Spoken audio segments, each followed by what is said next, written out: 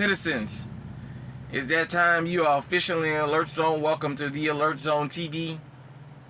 I'm the Wizard Uncle James. I would love for you to become an active citizen of the Alert Zone, and you know you can do that by hitting the subscribe button, hitting the bell so you can be notified when we drop fire content, giving the video a like, sharing, commenting. If you're 18 or older, practice your Second Amendment rights. Is legal under the Constitution. I'm just gonna dive right into it. I've been kind of trying to sidestep this particular issue and trying to get off of it because I know on the other channel I had comments that some people kind of didn't like me talking about this, but it's something we need to talk about. I just seen a couple videos today, and one in particular in Arizona. We got to have a discussion. Listen to me, and listen to me really, really, really good. This is not a rant against law enforcement. Listen to what I'm telling you. There's a video of a police stop. A guy, his wife was in the store. I'll just narrate it for y'all real quick. And he had red dreadlocks in his head, black guy. Apparently, the police just rolled up on him in his car somewhere in Arizona. I'm not sure exactly where. And some rebel headquarters. Take him out the car and put him in handcuffs and say he fit the description of a murder suspect and what have you. And, you know, the guy's wife comes out and sees all this, and so she's recording. This starts with him already cuffed, and and they telling him he fit the description of a murder suspect. But after they pull the picture out and look at the picture and look at him, the officer that has the phone in his hand readily admits to the wife right on camera, "Oh, I know it ain't him." She said, "Let me see your phone so I can take the picture of this guy y'all looking for." He puts the picture up to the guy and says, "I know this not you." And the guy said, "Yeah, that's not me." And it went on, and the guy had, had a firearm in the car, and it was registered, and he kept telling the cops while he was in handcuffs, "Go ahead and run it. It's legal," and what have you. They took their time before they finally ran the firearm, and after it was determined, the sergeant came out, all that. After it was determined he's not the guy they was looking for, they kept him in handcuffs because now they kept trying to say, "Well, let's see if we can find a reason to justify you in handcuffs." And after so long, maybe 10, 15, 20 minutes, they finally let him go. They didn't give him his firearm back and put it back in the car. They wanted to put it in the trunk. They say it's for their safety and all that. Listen to me, and listen to me really, really, really well. If you are legally armed in this country and you encounter law enforcement, I want you to understand something about that legally owned firearm. There is a 50-50 chance, number one, that you're getting stopped by law enforcement. You might not make it home. I know a lot of people may feel like I'm reaching. Listen to what I'm telling you. I'm not telling you this because I don't know what I'm talking about. These guys was on camera and boldly said, "Yeah, we know it's not him, but we ain't taking the handcuffs off of him." I seen a video of a guy somewhere in Jacksonville. The cop has got him in a headlock, and he's just punching him in the face, and the guy is telling him, "I don't have a gun, I'm not fighting." And they keep screaming, "Gun, gun, gun, gun." Stop resisting. Let me give you guys police vernacular before we move forward from my experiences. Stop resisting means kick his ass or her ass. Stop trying to reach for my gun or I see a gun is code word for kill him. After they shoot you, they want to see if they can find the gun.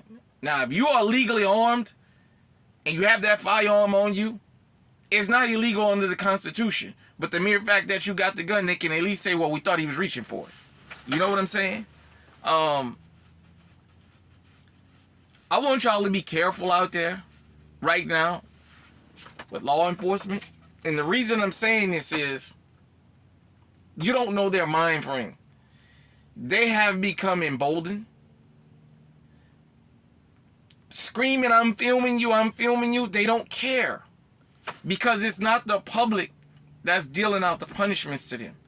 Internal Affairs is going to cover up for them. We know this already. I told you guys about the East Cleveland Police Department and all that. This guy was pulling a Philando Castile. First, they stopped him for being a murder suspect, pulled him out the car. They couldn't find nothing on him, so they kept him in handcuffs because they was looking for a reason. What I'm telling you, when law enforcement stops you and they come up to you with an aggressive tone, you better assume that that officer is looking for trouble. And if it's multiple and you're alone, they love to pull these little ambushes. Yeah, I'm saying, and I know some people may think it's a rant against law enforcement, but it's not. I'm just telling you guys and girls out there what happens, how to deal with them. They love catching people alone. If you're alone, they can kind of get away with doing what they really want to do. They don't usually pull that on cars full of people. They love doing this little ambush thing. Tyree Nichols was an ambush. Walter Scott, ambush. Tamir Rice was an ambush. The guy they killed in Colorado at that fucking school. Now I understand his mom and the boyfriend was there, but that was an ambush.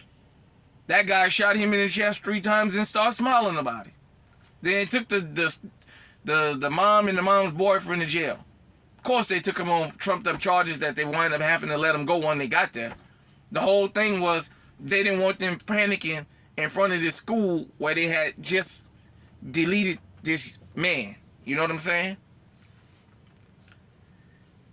Gun and man with a gun is still a lethal term.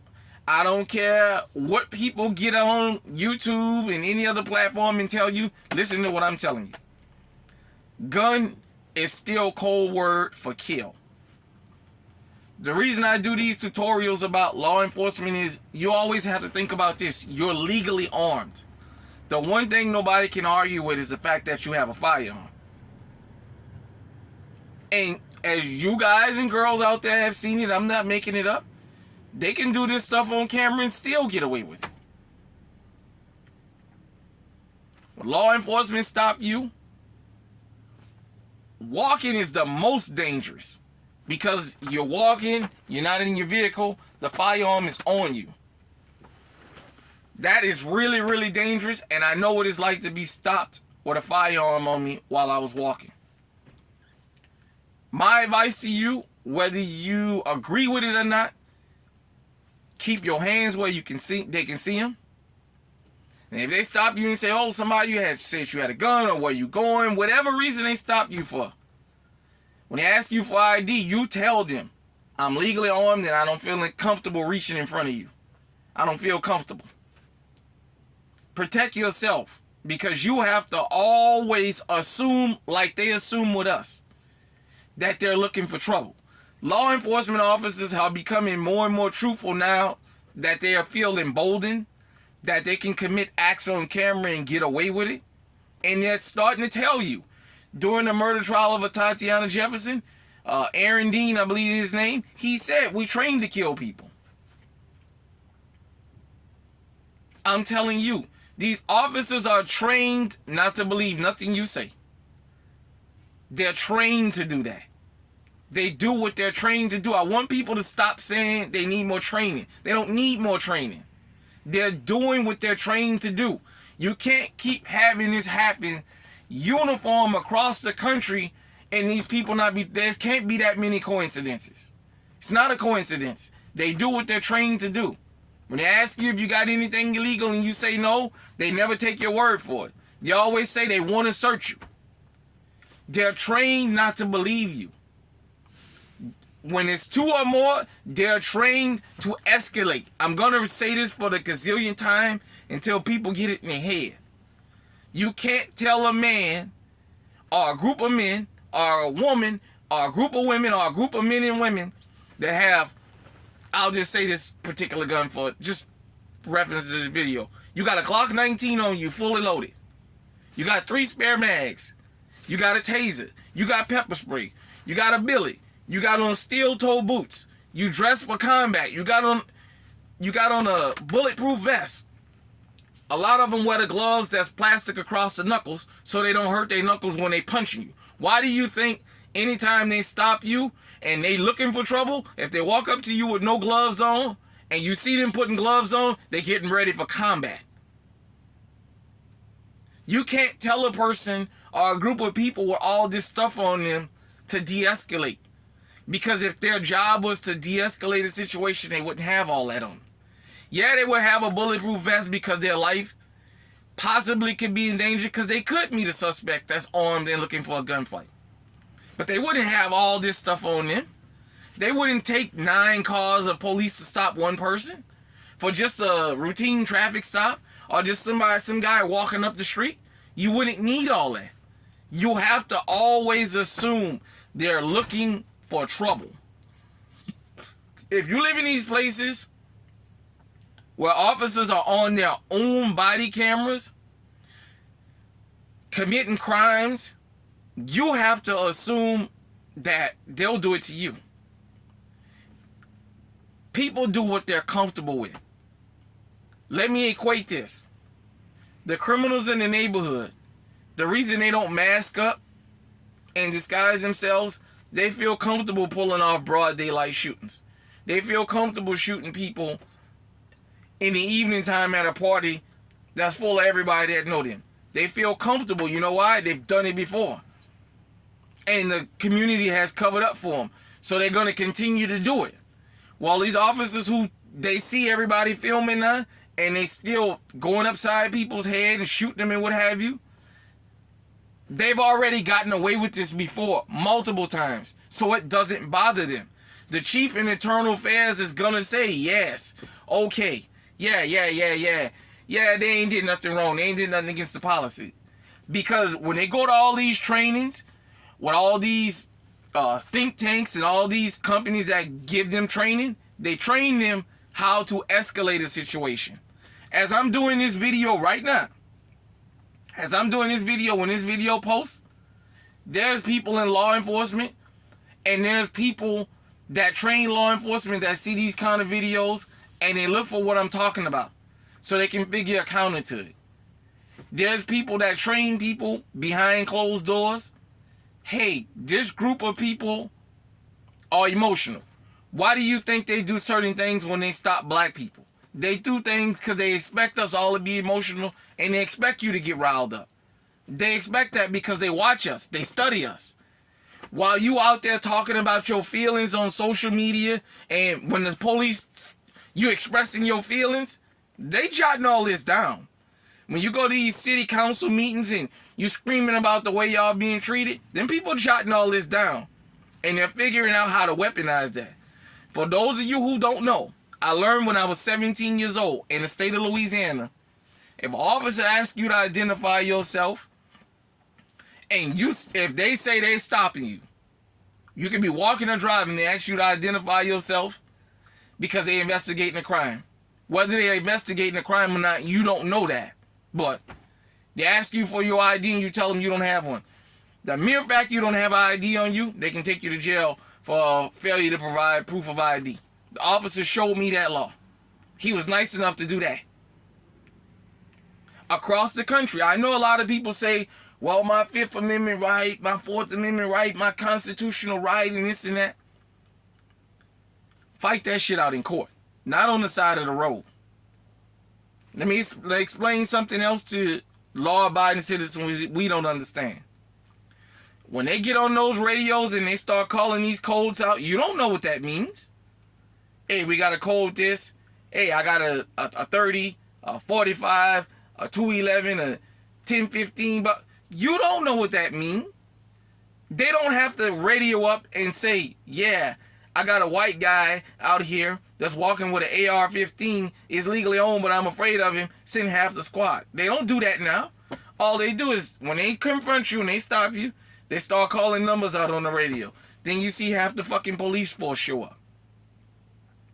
And they already know what to come there for, and they already got it figured out. Because they practice this behind closed doors. Cop City in Atlanta, what you think that's about? When they said they're going to build an urban center. That's to learn how to deal with city black folks. That's what that's for. I'm just going to tell it like it is. That's what that's for. That's training. So when they actually go out into Atlanta and the surrounding areas, they got it figured out how they're going to escalate situations. They got it figured out how when they go into certain neighborhoods that's constructed a particular way, because the architects that's going to design that cop city they've already went around to different parts of Atlanta. And they've already said, okay, we're going to design Cop City to look exactly like this so we know how to deal with them. We know where people should be standing at. We know what vantage points they can see us from, what vantage points they can't see us from, how to stop them, where to stop them, how to do what we want to do if we're looking to do anything wrong. Believe me, there's a lot of research that goes into all this. People don't just wake up and think about a law. People look at your feelings and they make laws. That guy did everything possible that you can do. He didn't scream. They put him in handcuffs. Apparently he didn't fight him. When they showed him the picture and he said, hey man, you know that's not me. Look, I got a gun in the car. It's ready. Run it. He's telling them run it. They're not so inclined to run the firearm because they already see. Well, if he's telling us he has a firearm in his car and he's daring us to run it, well, it must be legal. So we can't get him for a legal firearm. But we got him in handcuffs. We know he doesn't look like the suspect, but we got to look for a reason to justify him being in handcuffs. So we're going to run his gun later because they ran the gun later. We're going to run his name. We're going to see if we can find any reason to justify it. And we're going to have our sergeant come out here, because there was a sergeant in the video. And she's going to say, yeah, I can't let you see this because of all the PR stuff. Oh, it's a safety concern. Everything that they won't tell you is because it's a safety concern. It's police investigation, is for public safety, blah, blah, blah, blah, blah, blah, blah, blah. And at the end, they finally let it be known. Yeah, we know it's not him. We been knew it was him. But we just looking for something. The NRA, all your good gun-toting buddies, they ain't gonna say nothing about that because I went in the comment section. They ain't gonna talk about that. When Philando Castile, Geronimo Yanez did what he was trained to do. He stopped him for one thing. A black man in a white t-shirt with dreadlocks is a common thing. That's not uncommon. That's common. First he told him, I'm stopping you because of a taillight. Then he said, well, you look like a armed robbery suspect. Then he said a taillight. Oh, well, you got a firearm? He pulls a gun out. He taxes him, asks him for his ID, and then he shoots him after he reaches for his ID, after he followed police orders. He walked him into that murder, and he knew there was going to be a bunch of people in the jury that was going to see it his way, and they let him go. As angry as you may be with Geronimo Yanez for what he done, he did what he was trained to do. He went out looking for somebody, and he found somebody that he can get away with killing, and he escalated the situation on purpose, and Philando Castile, doing what he think is right and is following the officer's orders, he do what he's told and he's shot. And what he's standing there screaming after he unloads in him. I told you don't move. Even though it's on video, he's saying, I have a legally owned firearm in here. I got a permit, blah, blah, blah. Let me see your ID. Okay, I'm going to reach for my ID. He reaches for his ID and then he fucking shoots him.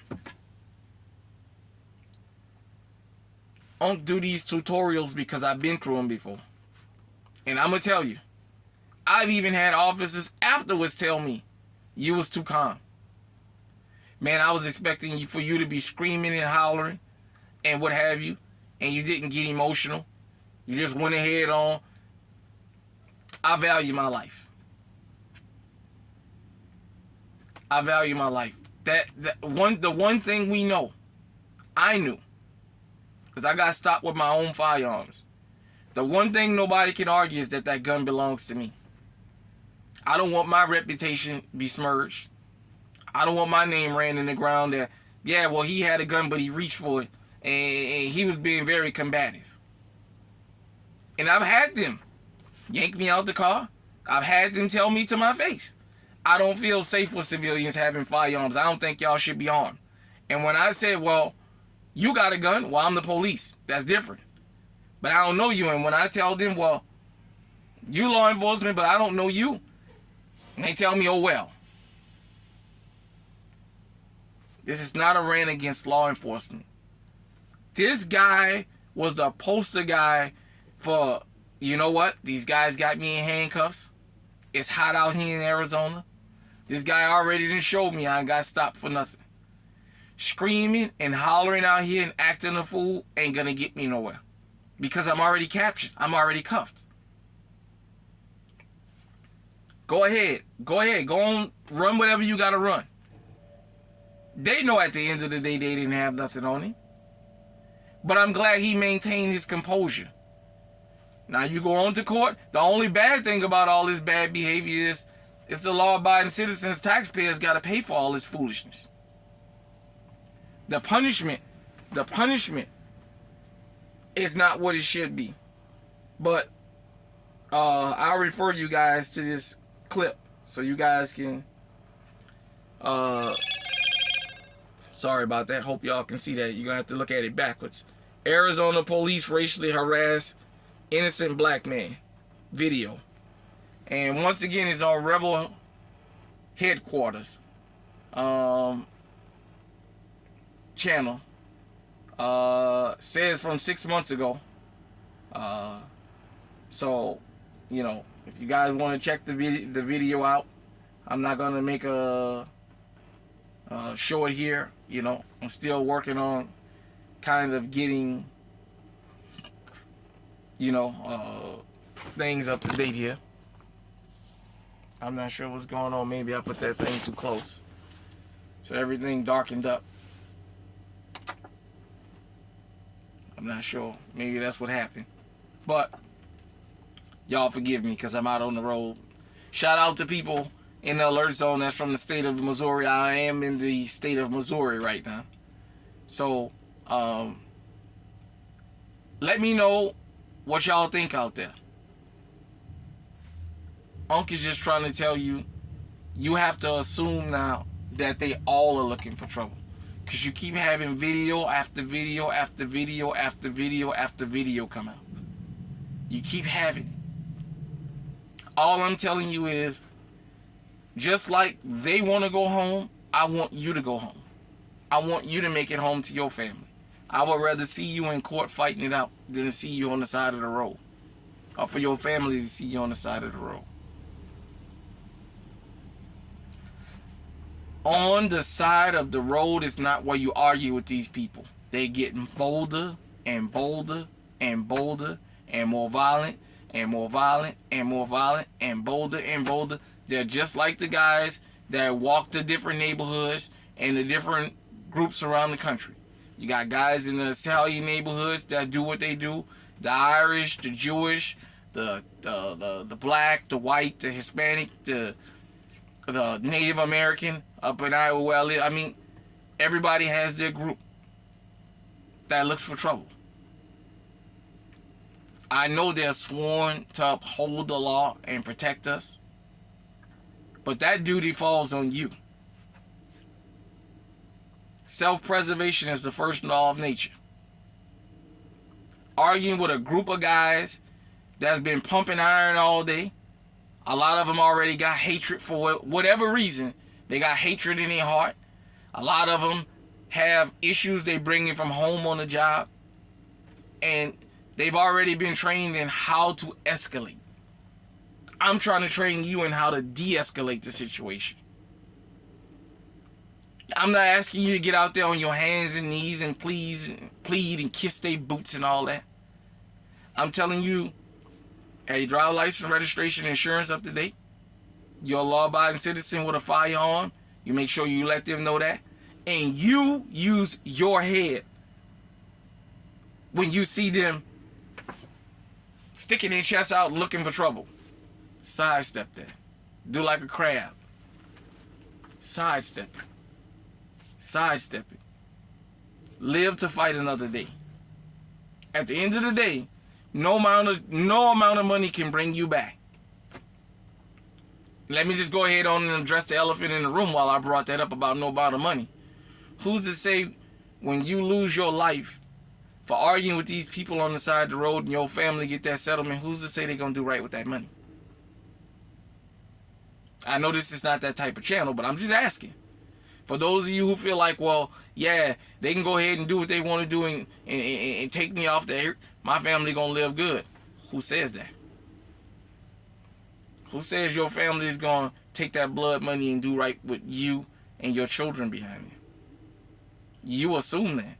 You know money make people do crazy things. But getting back to the subject, I want y'all to be safe out there. I want y'all to understand something.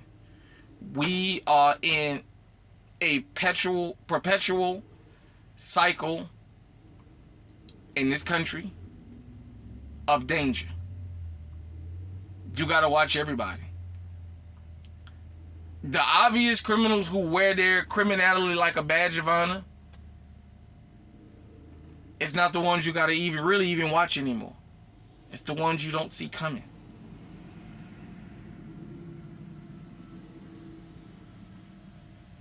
The kids.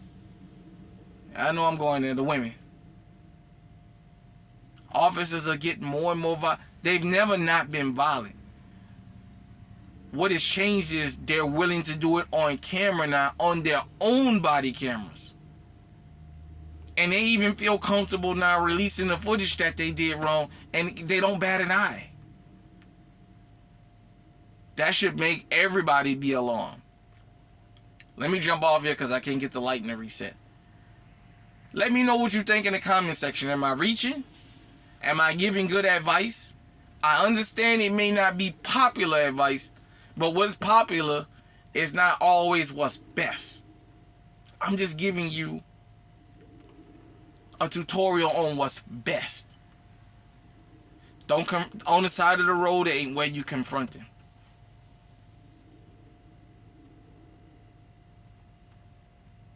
Let me know in the comment section what you think. Have you ever been in an encounter with law enforcement after you got legally armed? How did law enforcement treat you? Did they treat you with respect? Were they 50-50? Were they very aggressive? Did they make any statements about how they don't like that you armed?